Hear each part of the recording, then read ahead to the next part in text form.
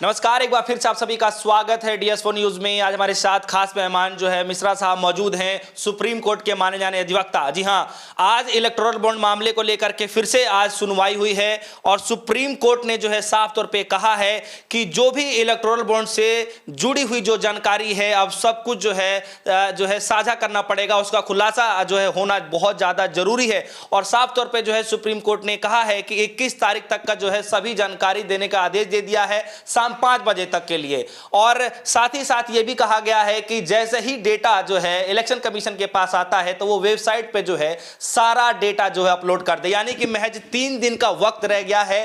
3 दिन के बाद सब कुछ साफ हो जाएगा कि किस पार्टी ने या फिर किस व्यक्ति ने, किस कंपनी ने जो है किस पार्टी को कितना इलेक्टोरल बॉन्ड के तहत जो है चंदा दिया है।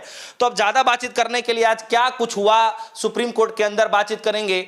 मिश्रा साहब जी मौजूद है, बातचीत करेंगे। सर, कैसे देख पा रहे हैं आप, तो सर इसमें जो है पिटिशनर के तौर पे भी हैं आप, कैसे देख पा रहे हैं क्या कुछ हुआ है सर सुप्रीम कोर्ट के अंदर में? देखिए, जैसे मैटर स्टार्ट हुआ, मैं आप लोगों के माध्यम से पहले बोलना चाहता हूँ ऑनरेबल जस्टिस साहब को, CJI साहब को, और जो हमारे 5 बेंच के सारे जस्टिसेस हैं उनको मैं नमन करता हूँ, कितना बड़ा जजमेंट दे रहे हैं वो।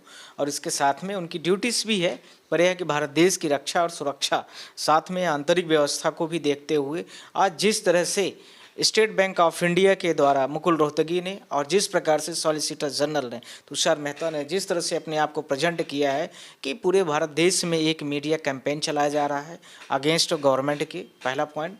दूसरा बोला गया कि किस तरह से स्टेट बैंक ऑफ इंडिया को गलत दिखाया जा रहा है पूरे भारत देश में।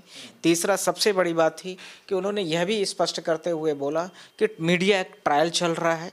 चौथा पॉइंट यह भी था कि उन्होंने बोला कि नेक्स्ट PIL की जो बैकग्राउंड पिटिशनर जो है वो पिटिशनर्स नेक्स्ट PIL के एक बैकग्राउंड बना रहे हैं, इसलिए बहुत सारी चीज़ों पर कंट्रोल भी होनी चाहिए क्योंकि इससे काफ़ी इमेजेस हमारी ख़राब हो रही हैं। सुप्रीम कोर्ट ने इन सारी दलीलों को मतलब खारिज करते हुए स्पष्ट कर दिया कि भारत देश के संवैधानिक तंत्र में इन चीज़ों पर कोई रोक नहीं की जा सकती। जो मीडिया सुप्रीम कोर्ट में जो चीज़ें हैं वही चीज़ें चल रही हैं, ठीक है। उसके बाद में यह बात खारिज हो गई। इसका सेकंड पॉइंट आता है कि सबसे पहले इसकी शुरुआत मुकुल रोहतगी जी ने किया। मुकुल रोहतगी जी जो प्रेजेंट हुए थे एसोचैम के बिहाफ पर हुए थे। उन्होंने बोला कि हम बस सिर्फ प्रेजेंट होना चाहते हैं। सुप्रीम कोर्ट के CJI साहब ने बोला कि आपका कोई एप्लीकेशन मेरे पास अभी तक नहीं आया है। तो उन्होंने बोला नहीं, कोई बात नहीं आया है, पर मैं फाइल किया हूँ। तो खैर कोई बात नहीं, फाइल किया हूँ पर अभी तक नहीं पहुँचा है, इससे यह पॉइंट। फिर उन्होंने 2 बार 3 बार बोलने के बाद भी उन्होंने नहीं मारा। तो बोला कि मिस्टर इसके बाद जस्टिस गवई साहब ने भी उनको बोला, इंडिकेट करके बोल दिया कि आप इन सारी चीज़ों पर, जब मैं ऑनरेबल जस्टिस साहब CJI साहब ने बोल दिया है कि डेटा नहीं आया हुआ तो हमारे पास एप्लीकेशन अभी नहीं मौजूद है डेटास के रूप में, तो हम कैसे इस चीज़ को मान लें, आएगी तो हम आपको मौका देंगे बोलने के लिए। तो उन्होंने बोला कि हमारा यह कोई मतलब नहीं है, तब तक हमारा सिर्फ इतना मतलब है कि तब तक जो है ये आप डेटा को पब्लिश न करें। डेटा पब्लिश नहीं करने में 2 कंपनियों का नाम आया, जिसमें एक फिक्की थी, दूसरा एसोचैम, दोनों के बिहाफ पर जो है तो ये सारे लोग आए। इसी के बाद में सुप्रीम ऑनरेबल जस्टिस CJI साहब ने उनको डिनाई कर दिया, उनकी एप्लीकेशंस को नहीं मिलने की वजह से उनकी सारी बातें ख़त्म हो गई। उसके बाद मिस्टर आदिश अग्रवाल जी का भी नंबर आया, उनको 2 टूक में एक जवाब दिया गया कि मिस्टर अग्रवाल, आप हमारे सुप्रीम कोर्ट बार एसोसिएशन के चेयरमैन हैं, इसलिए मैं आपको जानता हूं, और आपका एक एप्लीकेशन भी आया है, मैं यह भी जानता हूं, पर आप मीडिया प्रोपेगेंडास के लिए, मीडियाज़ के लिए आप जो चीज़ें करना चाहते हैं वो मैं अलाउ नहीं कर सकता। बहरहाल उनके ये शब्द हैं, बहरहाल मैं इससे ज़्यादा आपको कुछ नहीं बोलना चाहता हूँ। तो इसका मतलब था कि उनको ये इशारा भी कर दिए कि आप जिस लेवल के व्यक्ति हैं वो आप क्या क्या करना चाहते हैं। अब आज आप रिव्यू फाइल करने के लिए सुप्रीम कोर्ट में आ रहे हैं, जो मैं डिफाइन कर रहा हूँ। इसके पहले तो आप प्रेसिडेंट ऑफ इंडिया पता नहीं कितने दूर दूर तक पहुँच गए। उसमें जब आप प्रेसिडेंट ऑफ इंडिया के पास गए थे तभी आप रिव्यू में चले जाते सुप्रीम कोर्ट के पास। आपको क्या ज़रूरत थी ये सारा काम करने की? सारा बार का पूरा भारत देश का सुप्रीम कोर्ट कितना बड़ा डेजिग्नेटेड पूरा वो है, उसमें सारे लोगों का आपने इंप्रेशन दांव पे लगा दिया। आपको एक पद सुप्रीम कोर्ट के सारे वकीलों ने क्या समझा कि आपको वकील का एसोसिएशन का चेयरमैन बना दिया जाए। आपने तो 1 सेकंड में पूरे सुप्रीम कोर्ट के बार एसोसिएशन को लेकर के, उस लेटर हेड को लेकर के, उस ऑफिस को लेकर के ऑनरेबल साहब प्रेसिडेंट ऑफ इंडिया के पास पहुँच गए, आप कभी PM के ऑफिस में पहुँच गए। अब पता नहीं पूरे भारत देश में क्या वकील, सुप्रीम कोर्ट का वकील क्या होता है आपको यह भी नहीं पता है। मुझे लगता है कि 1960 एक्ट का जो है एडवोकेसी को लेकर के एक्ट, उसको आपको बढ़िया से पढ़ना चाहिए। मुझे लगता है कि आज सुप्रीम कोर्ट ने इतना ही दो टूक शब्दों में बोलने के अलावा ज़्यादा बोलना उचित नहीं समझा है और उनको एक शब्द में बोल भी दिया। इसी के साथ में नेक्स्ट में आते हैं आदेश के बाद में और एक दो लर्नेस ब्रदर्स आते हैं जो उनको बोला गया कि आपके एप्लीकेशंस के बारे में मैंने सारी चीज़ों को पढ़ लिया है। फिर उसके बाद ये कम टू द पॉइंट हम आ रहे हैं, सीधा स्टेट बैंक ऑफ इंडिया को बोला गया कि स्टेट बैंक ऑफ इंडिया कहाँ है। सॉलिसिटर जो हमारे तुषार मेहता जी, उन्होंने बोला कि नहीं ये इनको पार्टी न बनाया जाए क्योंकि ये पार्टी के तौर पर नहीं प्रेजेंट हैं। तो उन्होंने कोर्ट ने बोला कि मिस्टर सॉलिसिटर, आपको यह चीज़ जानने की ज़रूरत है कि कंटेम्प्ट जो डेटा आप मांग रहे हैं इस समय पर करंट में, वो स्टेट बैंक ऑफ इंडिया से मांग रहे हैं और इलेक्शन कमीशन से पब्लिश कराने का काम दे रहे हैं। तो इसलिए उनको हम बोलेंगे ही, इस सारी चीज़ों को लेकर के उन्होंने स्पष्ट कर दिया। इसी का बी पार्ट शुरू होता है। अब केस की असली स्टोरी यहाँ से शुरू होती है। सीधा सीजीआई ने बोला कि स्टेट बैंक ऑफ इंडिया की तरफ से कौन प्रेजेंट हुआ, तो उसमें हरीश साल्वे जी बोले कि मैं इसमें हूँ। उन्होंने सीजीआई ने बोला कि मैंने आपको बोला था कि सारे डॉक्यूमेंट्स आपको प्रेजेंट करना है, सारा डिटेल्स आपको प्रेजेंट करना है, आज तक आपने क्यों नहीं किया। तो उन्होंने पारास नंबर, जो केस का पारास नंबर से जो अप्रैल 2019 का जो इंटरिम ऑर्डर था उसको इन्होंने पढ़ा। पैरा नंबर 16, पैरा नंबर 15 को पढ़ने की लिए उन्होंने ज़रूरत की। पूरा ऑर्डर पढ़ने के बाद ऑनरेबल ने बोला कि यह सारी चीज़ों को मैंने आपके पढ़ लिया, पर जब मैंने आपको अभी 14 इसमें फेब में आपको मैंने ऑर्डर पास किया, उसके बाद 11 मार्च को ऑर्डर पास किया, तो फिर इन चीज़ों को क्या बताने की ज़रूरत। ये सारी चीज़ें उस जो 2019 का जो ऑर्डर हमारा इंटरिम ऑर्डर पास था उसके अंदर की सब ऑर्डर्स हैं। ये मेन ऑर्डर ये है, ये मेन ऑर्डर जो कहता है इसी के अंडर में आपको फॉलो करना चाहिए। तो उन्होंने बोला कि लॉर्डशिप, हमने ये तो को थोड़ा सा अलग तरीके से समझ लिया। तो बोले नहीं, आपको अलग अलग कुछ तरीके से आपने नहीं समझा, आपको पूरा डेटा देना है। आप डेटा में देने के लिए उन्होंने एग्जाम्पल भी शो किया है। कोई भी कंपनी ने किस पार्टी को कितना चंदा दिया है, यह पॉइंट नंबर 1, यानी उसका जो सेक्रेट कोड नंबर है वो आपको डिफाइन करके देना पड़ेगा सुप्रीम कोर्ट ने। Correct, point number 1। Point number 2, कौन सा व्यक्ति ने किस पार्टी को दिया है यह भी डिस्क्लोज होना, व्यक्ति का नाम भी होना चाहिए, या उसका फर्म है, कंपनी है, एनजीओ है, किसके माध्यम से दिया गया, यह भी एक आवश्यक चीज़ है। पॉइंट नंबर 2, किस अकाउंट से किसको दिया गया है या किस में डाला गया है। पॉइंट नंबर 3, इसके साथ में उसकी नंबरिंग क्या है। पॉइंट नंबर 4, तो ये सारी चीज़ों के साथ में उन्होंने एग्जाम्पल बोला है। ये एग्जाम्पल के तौर पर ऐसी सारी details, all documents should be provide, shall be provide by the state bank of India. कब तक? Till 21 of the March. It means that Thursday तक में आपको सारे डिटेल्स को देना है। किसको देना है? इलेक्शन कमीशन ऑफ इंडिया के देना है, और वो इस पूरे डेटास को भारत देश के पब्लिक डोमेन पर वो इसको पब्लिश करेंगे। ये इनका एक बात थी। दूसरा, इसी के पक्ष में जो अंतरिंग तरीके से और भी जो आर्गूमेंट के दौरान पर चीज़ें आई, मैं उसमें भी थोड़ा व्यापक लेवल से बात करना चाहता हूँ।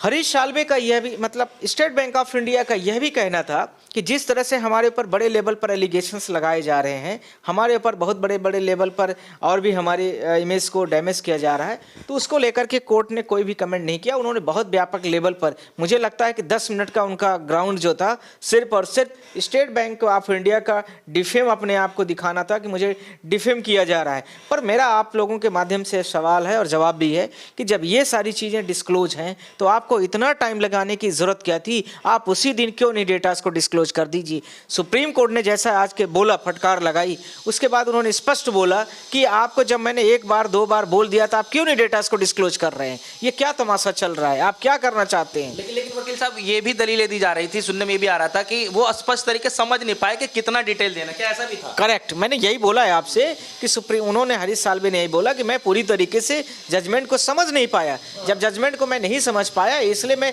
उसकी डिफिनीशन को पूरी बारीकी तरीके से नहीं समझ पाया। तो उन्होंने फिर इसीलिए जो पैरा 16 और पैरा 15 था, जजमेंट कब का? 2019 का, जिसमें इंटरिम डायरेक्शंस दी गई थी पार्टीज़ को, सारे पार्टीज़ को दिया गया था, जिसमें सारी पार्टीज़ ने अपना अपना इलेक्टोरल बॉन्ड को डिस्क्लोज करना था इलेक्शन कमीशन के लिए। वो उस तरीके से कुछ उस जजमेंट को रिलाई करा रहे थे, पढ़ा रहे थे। मुझे लग रहा था कि आज स्टेट बैंक ऑफ इंडिया यह सोच के आई थी कि हम उस ग्राउंड को दे करके बच निकलेंगे, और हमें जो सेक्रेट कोड है वह सेक्रेट कोड के लिए कोड को हम किसी तरीके से उन्हीं की बातों को उन्हीं के ऊपर ले जा कर के गढ़ देंगे या मर देंगे, या उन्हीं के ऊपर हम उस चीज़ को ले जाकर के छोड़ देंगे। तो सुप्रीम कोर्ट ने आज सीधा सीधा स्पष्ट कर दिया कि आपको इलेक्टोरल बॉन्ड को जो सेक्रेट कोड है उसके साथ में देना है। अब बात आती है कि कितने बॉन्ड में, ये कितने वॉल्यूम में होगा। 2 वॉल्यूम की बात अभी तक चल रही थी, तीसरे वॉल्यूम के बारे में भी यदि सेपरेट होती है कोई चीज़ तो उसको भी डिफाइन करने की आवश्यकता है। यानी पहले वॉल्यूम में कौन व्यक्ति कितना कितना उसका डिटेल्स है, दूसरे वॉल्यूम में कौन से व्यक्ति कितनी कितनी पार्टीज को दिया गया है। ये दूसरा था। तीसरा जो उसमें दिया गया, तीसरे के बारे में यह बोला गया है, लगभग जो मतलब सारी चीज़ें निकल के आ रही हैं कि तीसरे में आपको जो मैचिंग डेटाज है जो सेक्रेट कोड के साथ में आया है, सेक्रेट कोड एक जो बना है, कौन सा व्यक्ति किस पार्टी को कितना चंदा दिया है जो अभी तक डिस्क्लोज नहीं हुआ था, तो वह भी दिखाने की ज़रूरत है। पॉइंट नंबर 4, इसी के साथ पॉइंट नंबर 4 यह भी बोला गया है, प्रशांत भूषण जी ने इस चीज़ को प्रेजेंट किया, हम लोगों ने बोला उसको, कि आपको यह भी बोलने की ज़रूरत है कि अभी तक में जो स्टेट बैंक ऑफ इंडिया के पास में लगभग 6,000 करोड़ के आसपास का चंदा इलेक्टोरल बॉन्ड में इन्होंने दिया था, जबकि यह चंदा पहुंच गया 7,000 करोड़ के आसपास में। तो यह एकाएक डेटा कैसे फ्लक्चुएट हुआ, कैसे बढ़ा, तो यह भी डिस्क्लोज करने की आवश्यकता है। पॉइंट नंबर 4 था ये। पॉइंट नंबर 5, सुप्रीम कोर्ट ने इसमें बोला है कि ये सारा डेटास को ये पब्लिश करेंगे और इन सारी डेटास को जो पब्लिश करेंगे उसके साथ में ये पहले से एक एफिडेविट भी दें कि उस एफिडेविट में डिस्क्लोज करें कि अभी तक सुप्रीम कोर्ट में अब कोई भी डेटा मतलब स्टेट बैंक ऑफ इंडिया के पास अब कोई भी डेटा मतलब छुपा नहीं है, कुछ भी बचा नहीं है। इसको लेकर के भी आपको एक एफिडेविट सुप्रीम कोर्ट में पहले से देना पड़ेगा। इसको लेकर के स्टेट बैंक ऑफ इंडिया ने पहले इधर उधर किया, सुप्रीम कोर्ट में जो हम लोगों की तरफ से पिटिशनर की तरफ से दलीलें दी गई उसमें फिर से बोला गया कि स्टेट बैंक का जो चीफ है मतलब जो उनका चेयरपर्सन है और उसके साथ में जो डिप्टी चेयरपर्सन है उनके बिहाफ पर ये सारी चीज़ें पूरा वो एफिडेविट आना चाहिए और डिस्क्लोज होना चाहिए। इस पर हरीश साल्वे मतलब जो उनके तरफ से प्रेजेंट हुए उसमें वो एग्री हुए, पर उन्होंने यह बोला कि सारे डॉक्यूमेंट्स हमारे पास हैं, सारे डेटास भी हमारे पास हैं, हमें देने में कोई दिक्कत नहीं है। अब उन्होंने यह बात को मान लिया, पर इसके पहले वो ये देखिए पूरे भारत देश को, जनता को यह चीज़ समझने की आवश्यकता है।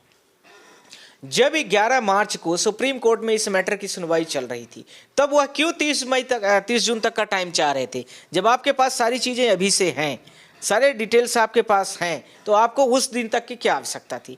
इसी के साथ में मैं दूसरा पॉइंट आपके साथ में इसी पॉइंट में सेकंड पॉइंट इंक्लूड कर रहा हूँ। जब आपने आज भी बोला है कि मेरे पास केवाईसी वगैरह के थ्रू सारे डेटास हमारे पास हैं, तो उस समय पर आप क्यों कह रहे थे? जब केवाईसी तो कोर्ट भी कह रही थी कि केवाईसी से भी है, बहुत सारे थ्रू चेक दिए गए हैं, बॉन्ड वो भी किए गए हैं।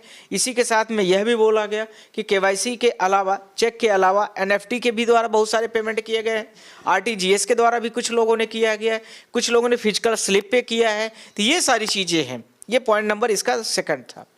जो मैंने अभी तक बोला पॉइंट्स 5 पॉइंट बोले थे मेन प्रेयर्स के, अब उसमें पॉइंट नंबर 6 एक था। कुछ पार्टीज को लोगों ने ऐसे भी इलेक्टोरल बॉन्ड दे के चले गए, जैसे आप मान लीजिए मैं कोई स्पेसिफिक पार्टी XYZ हूँ, आप मेरे ऑफिस में आए, आप उसमें आरजेडी वगैरह का उसका कई 2-3 पार्टी बिहार की नाम आया रीजनल पार्टीज का। अब आप मेरे ऑफिस में आते हैं और इलेक्टोरल बॉन्ड मुझे दे के चले जाते हैं। आपने XYZ जो हैं, अब उसको कैसे डिस्क्लोज करना है, यह एक बड़ा मुद्दा था। उसमें सुप्रीम कोर्ट ने बोला है कि स्टेट बैंक ऑफ इंडिया जो भी XYZ पार्टी है उस पार्टी के पास में जो इलेक्टोरल बॉन्ड आया हुआ है उस इलेक्टोरल बॉन्ड की डिटेल्स उनके पास है, उसको भी वो डिस्क्लोज करे। एक सवाल है जो है वकील साहब की, ये जो 21 तारीख तक का जो समय मिला है वो क्या मतलब एक डेडलाइन माना जाए जो है SBI के लिए कि डेटा देने के लिए या फिर ये सुनवाई के लिए है? डेटा देने के लिए है ये डेटा देने के लिए, और इसके साथ में इसके पहले इनको जैसे ही data election commission of India को दे देंगे, और इलेक्शन कमीशन ऑफ इंडिया उसको अपलोड कब करती है 21 अप्रैल के पहले, वो एक उसका पार्ट है इलेक्शन कमीशन का। पर इसमें इनको एफिडेविट तुरंत ही देने की आवश्यकता है। हलफनामे की भी बातचीत की जा रही है। हलफनामा मतलब वही होता है, एफिडेविट ही होता है। एफिडेविट की बात की गई कि उस एफिडेविट को आपको देना पड़ेगा, और वो एफिडेविट आप देंगे कि हमने सारा डेटा, अब हमारे पास कुछ भी रिमेन नहीं है। ध्यान रखने की आवश्यकता है कि यदि कुछ रिमेन किसी ने बताया, कुछ भी बताया, तो वो फिर उसके बाद इनके ऊपर बड़ा एक्शंस होगा स्टेट बैंक ऑफ इंडिया के ऊपर। फिर स्टेट बैंक ऑफ इंडिया अपने आप को बचा नहीं पाएगा। यानी कि ये कहा जाए कि सुप्रीम कोर्ट ने जो कहा है स्पष्ट तरीके से कि इलेक्टोरल बॉन्ड से रिलेटेड जो भी जानकारियां निकल सकती हैं वो खुद ब खुद स्पष्ट कर दें। करेक्ट। और एफिडेविट दे दें, हलफनामा जो आपने बोला है, एक हलफनामा दाखिल करें कि हमारे पास अब कोई भी डॉक्यूमेंट्स खासकर इलेक्टोरल बॉन्ड से related state bank of India के पास मैनेजर मतलब जो उसका चेयरपर्सन है, हेड जीएम लेवल पर, और उसके नीचे की जो पोस्ट है जो भी उसके रिस्पॉन्सिबल हैं वो लोग एफिडेविट देंगे। ध्यान रखना है, ये नहीं कि स्टेट बैंक का मैनेजर पता चला बेंगलुरु ब्रांच का दे दिया, चारों महानगरों के दे दिए, ऐसा नहीं है।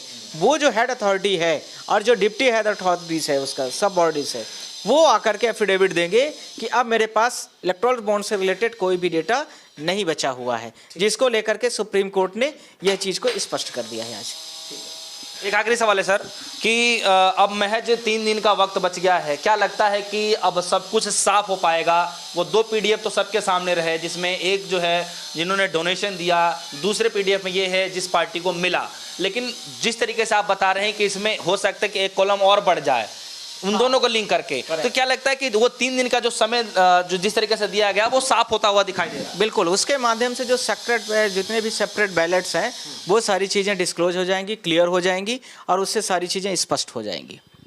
बहुत बहुत शुक्रिया। तो हमारे साथ जो है मिश्रा साहब जी मौजूद रहे, हम इनसे खासा बातचीत कर रहे थे इलेक्टोरल बॉन्ड मामले को लेकर के, जिस तरीके से आज फिर से सुप्रीम कोर्ट के अंदर आज सुनवाई हुई है और साफ तरीके से जो है सुप्रीम कोर्ट ने ये कहा है कि जो भी डिटेल है इलेक्टोरल बॉन्ड से रिलेटेड अंश मात्र भी जो है नहीं छूटना चाहिए, यानी कि सारी चीजें जो हैं अब सार्वजनिक करने के लिए कह दिया गया है। अब देखना काफी दिलचस्प होगा कि महज 3 दिन के अंदर अब समय बच गया है, क्या कुछ होगा।